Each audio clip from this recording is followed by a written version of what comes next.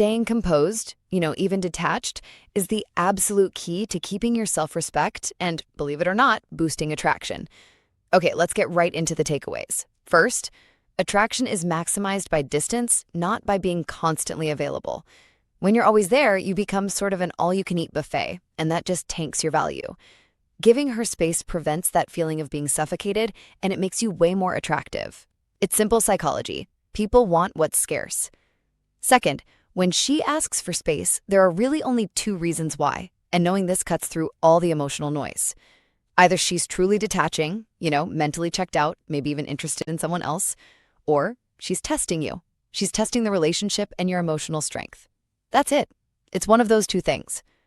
And finally, your response. The only move that protects your dignity and forces the truth out is to just accept it immediately. No chasing, no begging. That stuff is catastrophic. It just screams neediness and kills attraction for good. Real strength is accepting her request. It forces clarity. If it was a test, she'll be back. If she was already leaving, she walks, and you get to move forward, intact.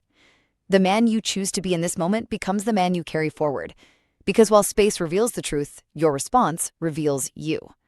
Today, we're analyzing a very prescriptive philosophy. It's a full end-to-end process that some sources lay out for how a man should respond when his partner pulls away. That's right. And our mission here is to really distill the core argument of this philosophy, right? Which can be pretty controversial. Yeah. They argue that attraction doesn't come from closeness, but that it actually grows in space. Yeah. And critically, that a man's response to that request for distance is what determines everything. Everything. And we're diving into this paradox right away because most of us, our gut instinct says, okay, this is a crisis. I need to fix it. Right. Lean in, talk it out. Exactly. But these sources, they argue the complete opposite. They say that trying to fix it, that chase, that is the fatal mistake. The attempt to solve the problem becomes the problem. It's a total reframing. It moves the focus away from, negotiating with your partner to just finding your own internal stability. The request for space isn't a problem to solve. It's a test of your own center. Okay, so let's unpack their foundational argument. It really all rests on this idea of the scarcity principle. The sources make this absolute claim. Attraction has to grow in space. Yeah, they're not flexible on this. Not at all. They say if a man doesn't pull back when asked, attraction will just plummet. Why? Because the woman feels completely suffocated. The analogy they use is pretty vivid. They say pulling back is like putting a cake in the oven. A cake in the oven? Yeah. You can't rush it. You can't keep opening the oven door to check on it, because if you do, the cake is guaranteed to fall flat. And in a relationship, opening the door is right. Constant texting. Smothering attention. Exactly. And they try to ground this in some kind of behavioral science, don't they? It all leads to this metaphor they use all the time, the all-you-can-eat buffet. It's a powerful analogy, and it really clicks for a lot of people. The argument is that if a man is always available, always texting first, dropping everything for her, he basically feels like a buffet. And what's wrong with the buffet? Well, you might sample everything, but you take it for granted, right? It costs nothing extra to just keep taking. There's no value. So being the buffet is just being too available. The attention becomes routine, not a privilege. That's it. Is the double text when she doesn't reply right away. It's always saying yes to plans without a second thought. By creating a little scarcity, a little distance, they claim a man's attention suddenly has value. It becomes something to be earned. And that ties into preventing what they call relationship fatigue. It's about preserving a sense of freedom, not just creating value. Absolutely. The sources say that when people feel their freedom is being taken away, their natural reaction is to fight for it. Constant availability can feel like this low-level pressure. And distance, counterintuitively, relieves that pressure. Okay, this brings us to the moment itself, the request for space. These sources are, extremely binary about what it means. Very. They say there are only two psychological reasons a woman asks for space, period. No mystical middle ground.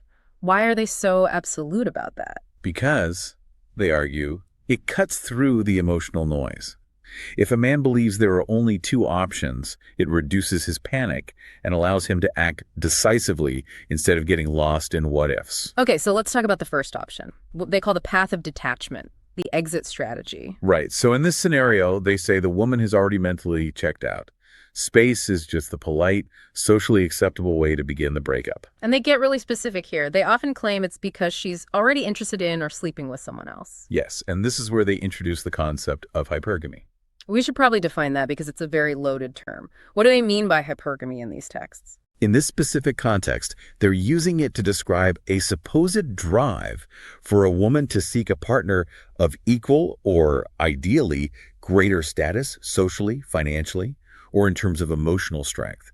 So if she senses weakness in her current partner, or she's found a higher status option, she'll mentally start to exit. That is a very cynical take on relationship dynamics. But their point is, if she's already on this detachment path, trying to talk her out of it is useless. Worse than useless. Yeah. It actually confirms her decision. If she perceived weakness, Right. and you respond by begging, you just proved her right. Okay, so what's the second truth? The path of testing. This one comes from a place of uncertainty, not finality. She isn't leaving. She's testing the relationship stability. More specifically, his emotional backbone. She wants to see if he'll, what? Panic, chase, or crumble. Exactly. It's what these sources would call a shit test. Another term that comes up all the time. A shit test, as they define it, is basically any action designed to see if a man can hold his ground under pressure. So if he reacts to the request for space by clinging or pleading, he fails instantly.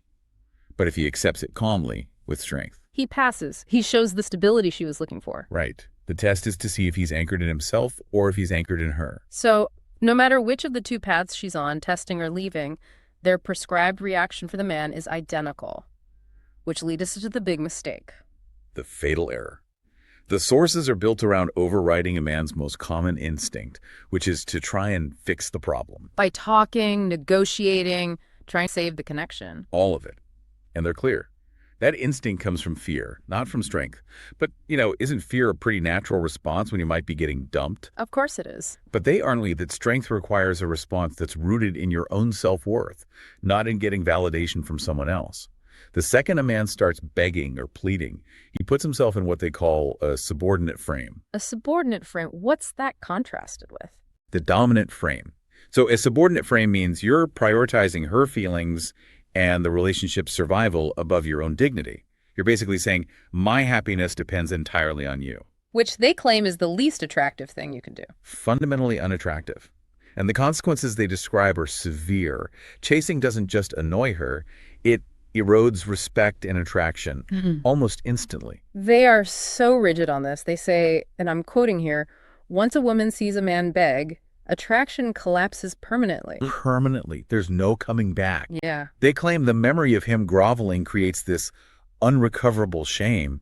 She will just never see him the same way again. That's an incredible claim, that there's literally no path back. What's their psychological reason for that? It connects back to the jest. If she was testing his strength and he showed panicked weakness, she now knows she can't rely on him as a stable force. And that perception of his character, in their view, is irreversible. They even have a name for the little panicked things guys do to try and fix it. The illusion of action. Right. It's when a man does something that feels productive, but it's really just broadcasting his fear. Like sending a long apology text the next morning. That's a classic example. Yeah. Or sending a surprise gift to her office. These things seem proactive, but they're just desperate attempts to control an outcome, and they just scream weakness. So if that's the fatal error, what's the one correct response they prescribe? It's simple, and they say it works in 100% of cases. Immediate acceptance. And what does that look like? I mean, it can't just be giving up. It has to have a certain energy to it. It has to be instantaneous, calm, decisive. The script they often suggest is something like, okay, there's the door. I respect that you need space. And that's it. Wow. No questions, no negotiation. Nothing. It's not a discussion. It's an acknowledgement. It sounds cold, Yeah. but it serves a few key purposes. First, it signals emotional self-control. It shows his well-being isn't dependent on her. And second, Second, it forces the truth to the surface. They call it clarity, not surrender. By agreeing immediately, he removes himself from the equation. If she was testing, his strength will draw her back. If she was leaving, her absence will confirm it. so he gets his answer without having to humiliate himself chasing it. Precisely. It maximizes the chance of reattraction in one scenario, and it preserves his self-respect in the other.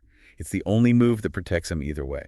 What's really fascinating is how quickly the whole philosophy then pivots away from her and back to him. Right. Once he's given that acceptance, his focus is supposed to shift entirely. Back to his own life, his goals, his hobbies, his work. That's the core of the strategy, isn't it, for recovery and even for reattraction? It is. The idea is that his energy becomes magnetic, when it's focused on his own world. He stops needing her validation because he's getting it from his own achievements. He becomes, as they put it, someone worth chasing. Which brings us back to their number one rule. Dignity has to be protected above all else. They cannot be more clear on this. The act of groveling, of trying to convince her, is called the sacrifice of identity. And they use some really inflammatory language for this. Yeah, they warn that it turns a man into a, quote, beta cucked out loser. And we have to be clear, that is the exact highly charged language from the sources. Right.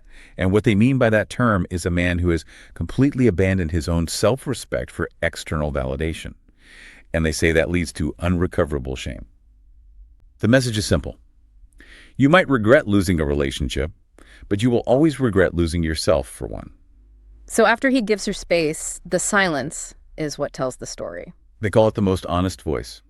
If she was testing, the silence in his absence will compel her to reach out. If she was done, she'll just walk away. And that silence confirms her choice was final. He doesn't have to chase for an answer because her actions provide it. So at the end of the day, what does this all mean for you, the listener? This philosophy presents a really clear choice when you're faced with withdrawal. You either shrink into fear, which leads to chasing and begging, or you rise into clarity, which means immediate acceptance and turning the focus back on yourself. It really reframes that whole crisis moment. It's not a problem to be fixed. It's a revelation of where you both actually stand. The sources stress that relationships aren't guaranteed. They only work when both people are actively choosing to be in them. I think the question it leaves you with is this. The person you choose to be in that moment of uncertainty, the one who holds their center and defends their self-respect, that's the person you carry into every future relationship. The reality, according to these sources, is simple. Space reveals the truth, and your response reveals you. So how do you handle emotional uncertainty in your own life? That's the question worth diving into.